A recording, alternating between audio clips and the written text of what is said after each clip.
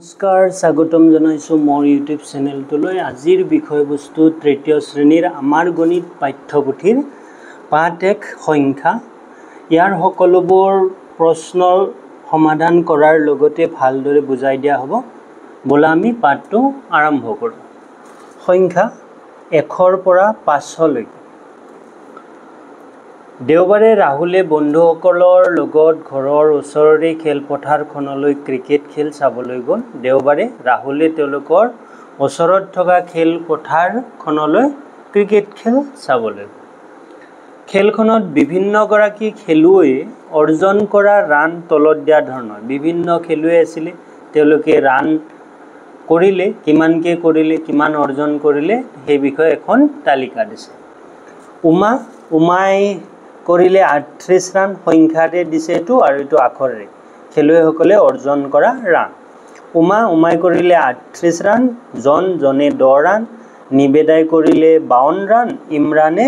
23 run আৰু কনকে 66 run. ওপৰৰ তালিকাখনত থকা সংখ্যাসমূহ খালী ঠাইত আখৰেৰে লিখা। এইকেইটা খালী ঠাই আছিলে, ইয়াত আমি এটা কৰি দিছে তোমালোকৰ সুবিধাৰ্থে। 38টো লিখি দিছে ইয়াত। এতিয়া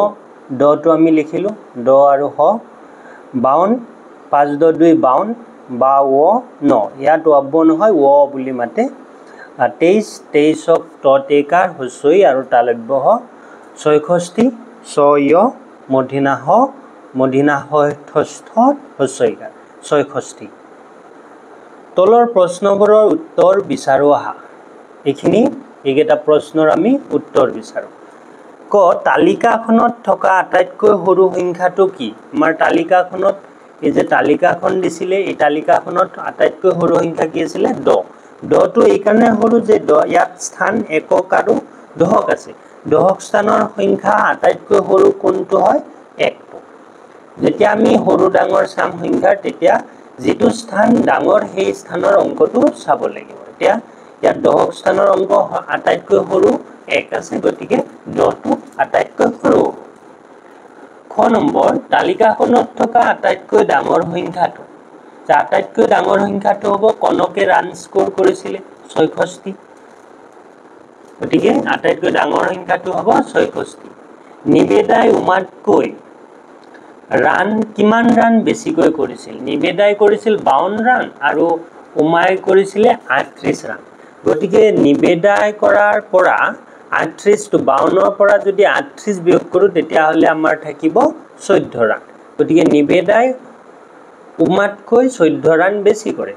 100 ৰাণ কৰিবলৈ কনকৰ আৰু কিমান ৰাণ লাগিব?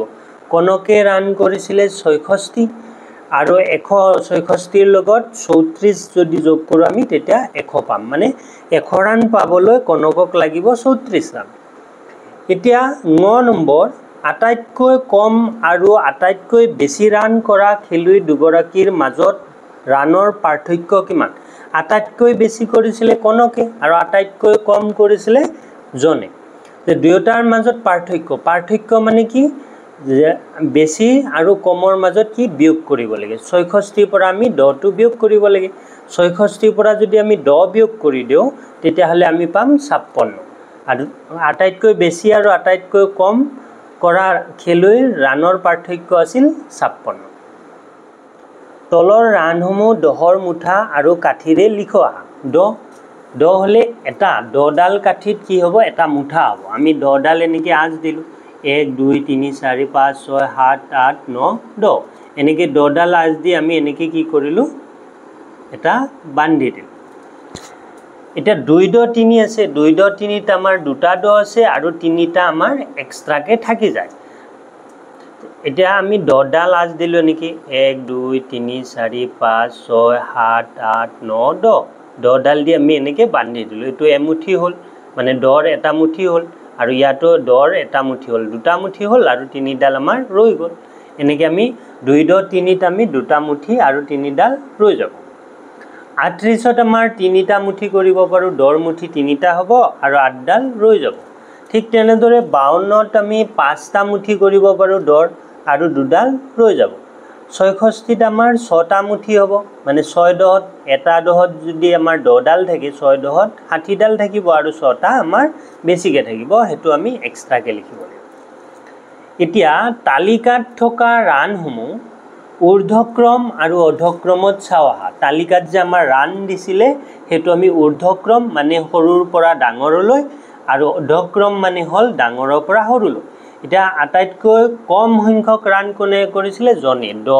10ৰ পিছৰ 10তকৈ ডাঙৰ আৰু বাকীকেইটাতকৈ সৰু আমাৰ 23 তাৰপিছত 38 52 66 এতিয়া অধক্ৰম মানে ডাঙৰৰ পৰা সৰুলৈ 66 52 38 23 10 মানে ঊৰ্ধ্বক্ৰম এইটো বুজাইছে ওপৰলৈ উঠি যোৱা আৰু অধক্ৰম তললৈ নামি অহা মানে সৰুৰ পৰা ডাঙৰলৈ যোৱা আগবাঢ়ি যোৱা আৰু অধক্ৰম মানে নামি অহা তলৰ সংখ্যাবোৰ অধক্ৰমত সজোৱা মানে ডাঙৰৰ পৰা সৰুলৈ সজাব দিছে ইয়াত ক নম্বৰত দিছে 35 17 55 25 আৰু 40 ইয়াৰ আটাইতকৈ ডাঙৰ সংখ্যা যেহেতু আমাৰ দুটা অংকৰ সংখ্যা গতিকে আমি কি চাব লাগিব একক আৰু দশকৰ স্থান আটাইতকৈ ডাঙৰ দুটা স্থান আছে আমাৰ একক আৰু দশক ডাঙৰ সংখ্যা আৰু সৰু সংখ্যা বাছিবলৈ হলে আমি কি কৰিম দশকৰ স্থানৰ সংখ্যাটো চাব লাগিব দশকৰ স্থানৰ অংকত কি আছে 5টো আটাইতকৈ ডাঙৰ আছে গতিকে আমাৰ 55টো আটাইতকৈ ডাঙৰ সংখ্যা হ'ব তাৰ পিছত আমাৰ দশকৰ স্থানত 4 আছে 4টো 40 গতিকে 40টো আমাৰ সেকেন্ডত হ'ব আৰু তাৰ পিছত হ'ব 35 তাৰ পিছত হ'ব 25 তাৰ পিছত 17 মানে ডাঙৰ সৰু যেতিয়া আমি বিচাৰিম তেতিয়া আমি যেটো ডাঙৰ স্থানৰ অংক হেতু চাম যদি ডাঙৰ স্থানৰ অংক দুটা একে থাকে তেতিয়া আমি এককৰ চাব লাগিব এটা খ নম্বৰ 11 29 21 91 35 ইয়াৰ সকলোতকৈ ডাঙৰ হ'ব 91 তাৰ পিছত 35 29 21 আকৌ 11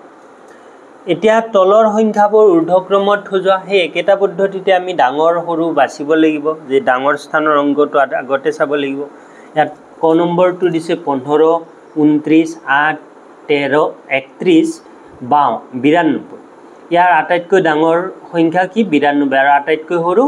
8 গতিকে আমাক এটো ঊৰ্ধ্বক্ৰম সৰুৰ পৰা ডাঙৰলৈ সজাব দিছে আটাইতকৈ সৰুটো প্ৰথমতে লিখিম 8তকৈ ডাঙৰ বাকি কেইটাতকৈ সৰু কি আছে 15 তাৰ পিছত 29 তাৰ পিছত 32 তাৰ পিছত 92 ঠিক একেদৰে খ নম্বৰটোত 99 দিছে 24 দিছে 64 দিছে 31 দিছে 90 দিছে আটাইতকৈ সৰু হ'ব 24 তাৰ পিছত 31 তাৰ পিছত 64 90 আৰু 99 এতিয়া আমি অনিমাহতৰ বগৰী আছে অনিমাহতৰ বগৰীত কি কৈছে আমি হেতু চাম অনিমা আৰু ৰাহুলে ঘৰৰ চৌহদত থকা বগৰীজোপাৰ পৰা বগৰী বুটলিলে তেওঁলোকে বুটলা বগৰীবোৰ গনিবলৈ ধৰিলে যে অনিমাই এই বগৰীডাল অনিমা আৰু ৰাহুলে দুজনে কি কৰে ঘৰত থকা বগৰীৰ পৰা বগলী বুটলিলে আৰু সেই বগৰীবোৰ গনিবলৈ ধৰিলে মই গণনা কৰি 97টা পালো এটো ৰাহুলে কৈছে আৰু অনিমাই ক'ব মই গণনা কৰি 98টা পালো দুয়োটাৰ গণনাত খেলিমেলি হৈছে মানে একে নাই যে ৰাহুলে কিমান পালে গণনা কৰি 97টা পালে আৰু অনিমাই গণনা কৰি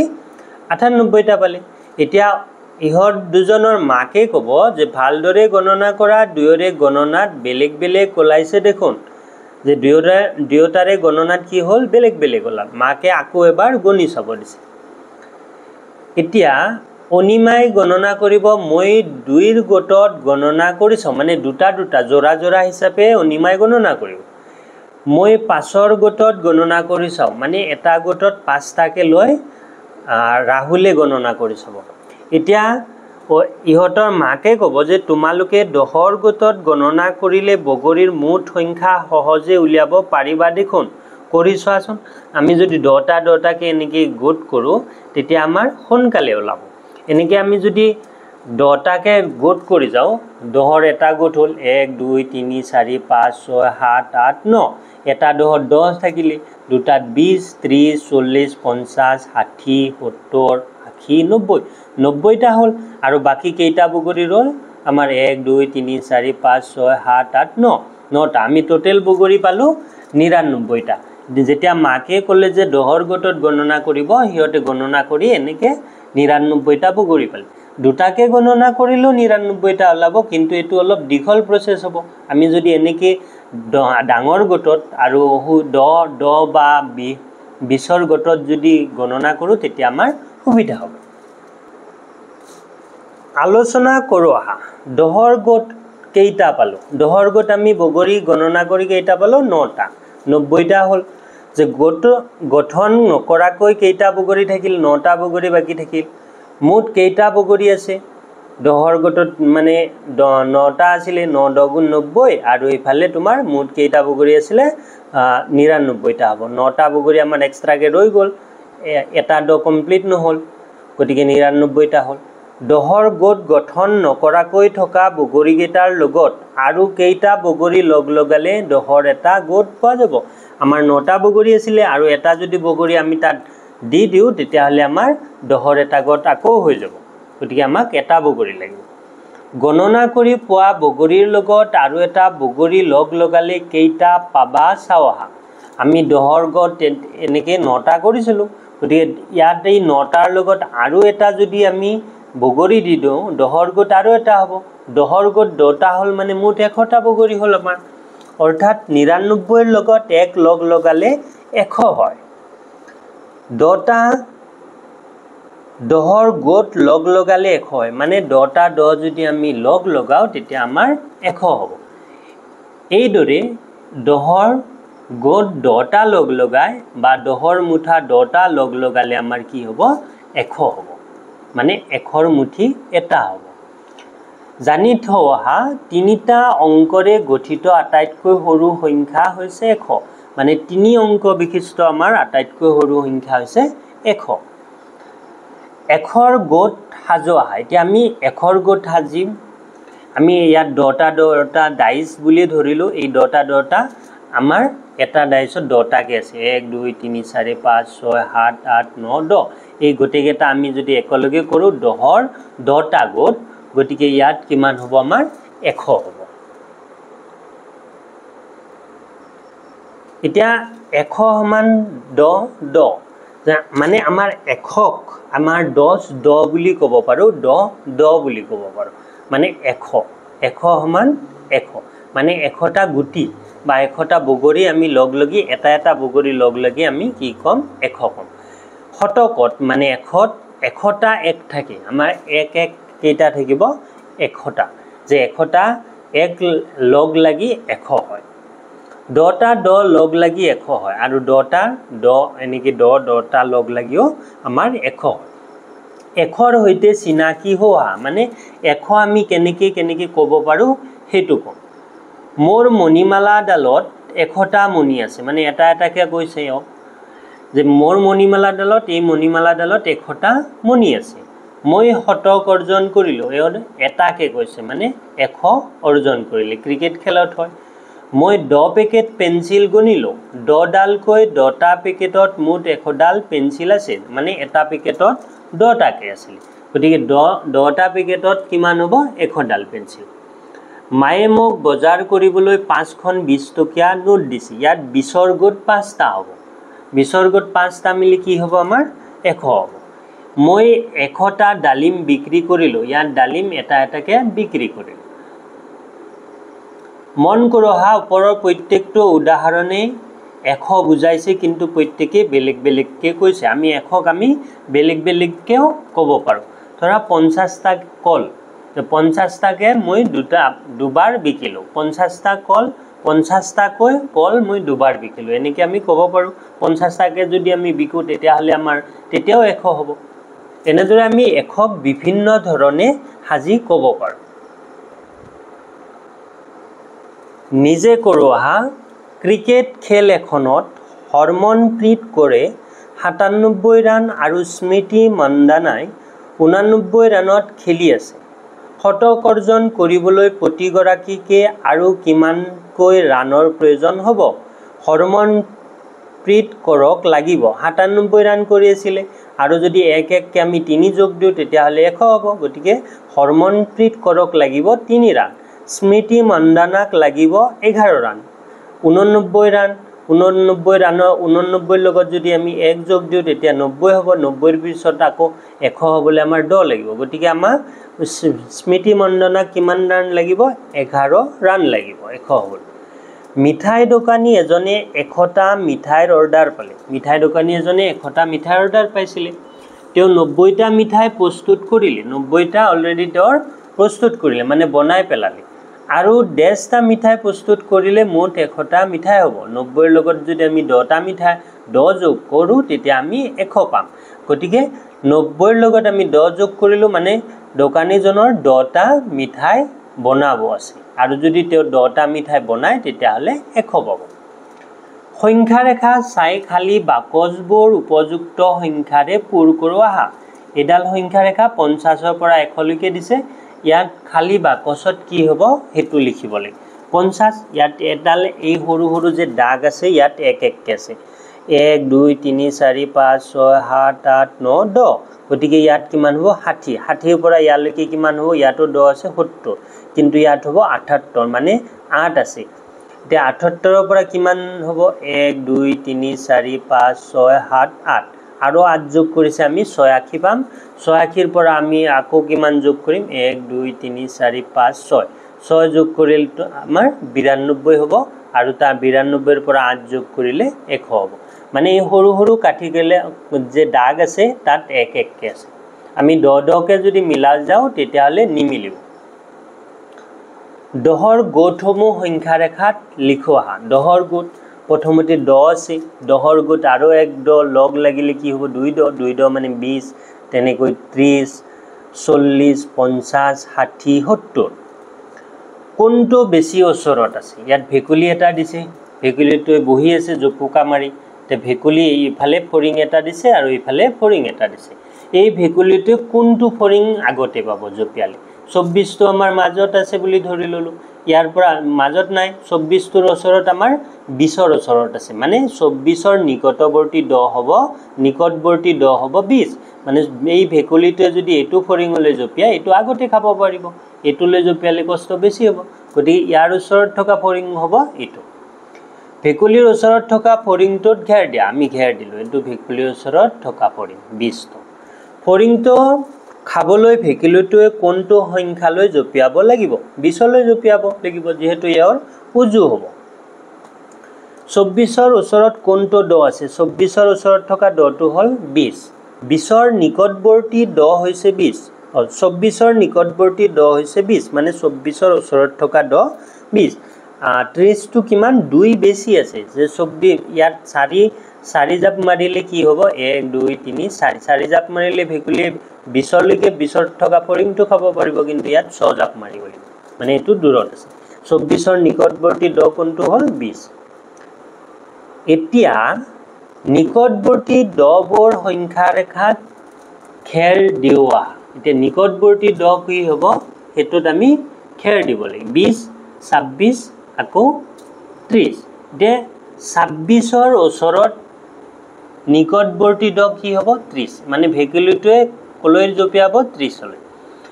17 ৰ নিকটৱৰ্তী 10 হ'ব 20 মানে ভেকুলিটোৱে ইয়াৰ পৰা ইয়ালৈ জপিয়াব এই 10টো দূৰত আছে সংখ্যা ৰেখাত খেৰ কৰা সংখ্যাবোৰৰ নিকটৱৰ্তী 10 খালি বাকচত লিখোৱা এতিয়া সংখ্যা ৰেখাত কি ঘেৰ কৰিছে 16 ক নম্বৰত 16ত ঘেৰ কৰিছে 16ৰ নিকটৱৰ্তী 10 কি হ'ব 20 হ'ব 20 টো 16ৰ নিকটৱৰ্তী খ নম্বৰ আছে 23ৰ নিকটৱৰ্তী 10 কিমান আছে 20 হ'ব এটো 20 হ'ব মানে 30 এই কাৰণে নহয় যে 30 টো 23তকে দূৰত আছে ইয়াত 3 ঘাপ জপিয়ালে 20 পাব 23ৰ পৰা যদি 30 লৈ জপিয়াব লাগে 7 ঘাপ জপিয়াব লাগে গতিকে 23ৰ নিকটৱৰ্তী 10 হ'ব 20 এতিয়া গ নম্বৰ চাবা যে 68ৰ নিকটৱৰ্তী 10 কোনটো হ'ব আমাৰ 70 টো হ'ব মানে ইয়াত এজাপ মাৰিলে কি হ'ব আমাৰ 70 পাই যাব তাতকে দূৰৰ 68 দূৰৰ 10 টো কি হ'ব আমাৰ 60 হ'ব নিকটৱৰ্তী 10 70 তলৰ সংখ্যাবোৰৰ নিকটৱৰ্তী দহবোৰ কাষৰ খালী বাকচত লিখোৱা 21ৰ নিকটৱৰ্তী দহ 20 হ'ব 46ৰ নিকটৱৰ্তী দহ 50 হ'ব 89ৰ নিকটৱৰ্তী দহ 90 হ'ব 62ৰ নিকটৱৰ্তী দহ 60 হ'ব ৰমলাহতৰ ধূপকাঠিৰ উদ্যোগ এইটো হ'ল ৰমলাহতৰ ধূপকাঠিৰ উদ্যোগ ৰমলাহতৰ ধূপকাঠিৰ উদ্যোগত প্ৰথমে তেওঁলোকে কিছু সংখ্যক বাঁহ আনি এটা নিৰ্দিষ্ট জোখত সৰু সৰুকৈ কাটি কাঠি প্ৰস্তুত কৰি লয় তাৰ পাছত ধূপকাঠি প্ৰস্তুত কৰি কাঠিবোৰ 100 বা 10ৰ গোটত থোপ কৰি ৰাখে আহকচোন কাঠিৰ হিচাপ কৰি খালী ঠাইত লিখো 100ৰ লগত 1 লগ লগালে 101 হয় এটা 100ৰ লগত 2 লগ লগালে 102 হয় 100ৰ লগত 3 লগ লগালে 103 হয় 100ৰ লগত 4 লগ লগালে 104 হয় 100ৰ লগত 5 লগ লগালে 105 হ'ব 100ৰ লগত 6 লগ লগালে 106 হ'ব 100ৰ লগত 7 লগালে 107 হ'ব 100ৰ লগত 8 লগ লগালে 108 হ'ব 100ৰ লগত 9 লগ লগালে 109 হ'ব 100ৰ লগত 10 লগ লগালে 110 হ'ব মানে আমাৰ 10ৰ থোপ এটা বাঢ়ি গ'ল 100ৰ লগত 11 লগ লগালে 111 হ'ব 100ৰ লগত 25 লগ লগালে 125 হ'ব 100ৰ লগত 40 লগ লগালে 140 হ'ব 100ৰ লগত 99 লগ লগালে 199 হ'ব এনেদৰে আমি খালী ঠাইবিলাক পূৰণ কৰিব পাৰোঁ এটা নিৰ্দেশনা অনুসৰি আকৌ কি নিৰ্দেশনা দিছে চাও 105ৰ পৰা এক ঘৰকৈ আগলৈ জুপিয়াই 10 নং ঘৰত গোল চিন আঁকা এটা আমাৰ 100ৰ পৰা দিছে 105ৰ পৰা আমি আঁকিব লাগে এক জাপকে এক ঘৰকে মানে এক জাপকে দিব 1 2 3 এনেকে আমি 10 জাপ দিলো এই 10 নম্বৰ ঘৰত 10 নং ঘৰত আমাৰ কি কৰিলে গোল কৰিলে এটো আমাক কৰি দিছে আমি পিছৰটো কৰিম 124ৰ পৰা 3 ঘৰকৈ আগলৈ জুপিয়াই 4 নং ঘৰত আয়ত আঁকা 3 ঘৰকৈ জুপিয়ালে বলে এবাৰ এজাপত 3 ঘৰকৈ জুপিয়াই 4 জাপ মাৰিব লাগিব 3 ঘৰকৈ প্ৰথমতে জুপিয়াব লাগিব এটা আমি 124ৰ পৰা জুপিয়াম 124ৰ পৰা 3 1 2 3 127 এজাপ হ'ল তাৰ পিছতে এজাপ মাৰিলো 130 লৈ আৰু এজাপ 131 লৈ মানে 3 ঘৰকে জুপিয়াব লাগিব তাৰ পিছত 136ত আমি কি কৰিব লাগিব আয়ত চিনটো আঁকিব লাগিব এতিয়া 155ৰ পৰা 5 ঘৰকৈ পিছলৈ জুপিয়াই 3 নং ঘৰত ষ্টাৰ দিয়া মানে তৰা আঁকিব দিছে 5 ঘৰকৈ জুপিয়াব লাগিব 155ৰ পৰা এতিয়া আমি 155ৰ পৰা আমি এনেকে 1 2 3 4 5 5 কে জুপিয়াম 1 2 3 জাপ দিব লাগিব আৰু 140ত আমাৰ ষ্টাৰ দিব লাগিব মানে 5 ঘৰকৈ জুপিয়াব লাগিব 5 ঘৰকৈ জুপিয়াই মানে 1 2 3 4 5 এনেকে জুপিয়ালো 45 হ'ল তাৰ পিছত আকৌ 140ত আমি ষ্টাৰ চিন দিব লাগিব এটা খালী ঘৰত সংখ্যা লিখোৱা আমি খালী ঘৰত সংখ্যা লিখিব দিছে 100 101 102 103 104 105 106 107 108 109 এনেকে 111 112 এনেকে আহি আমি কি পাম 198 লৈকে পাম 198 199 এনেকে আমি 100ৰ গোট দুটা পালো দুটা পোৱাৰ লগে লগে এটো আমাৰ